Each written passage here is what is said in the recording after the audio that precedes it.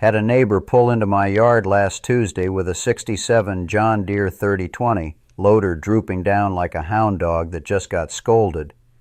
She lifts halfway and quits, he says. Turns out he'd been nursing that problem since last October.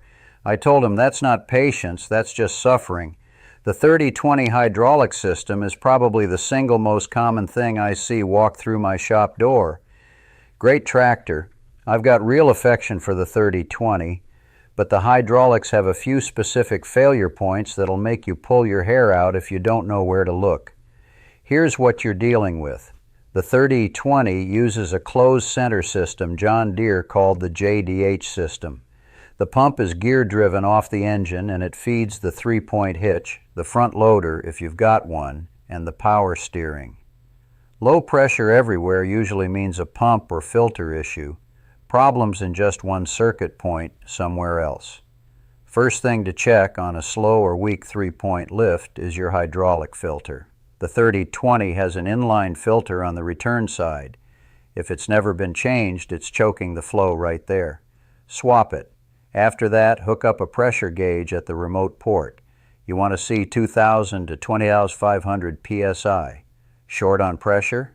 Check the relief valve. It should hold around 2,500.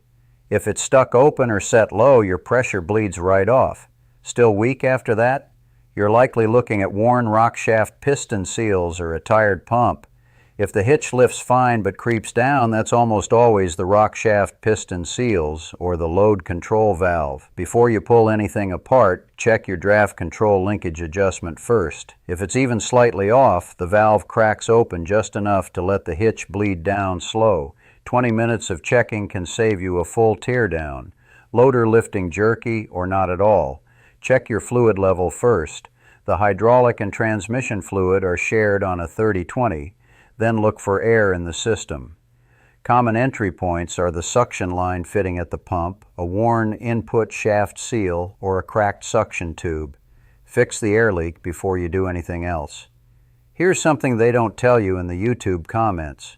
On a 3020, the hydraulic filter and the transmission share the same sump.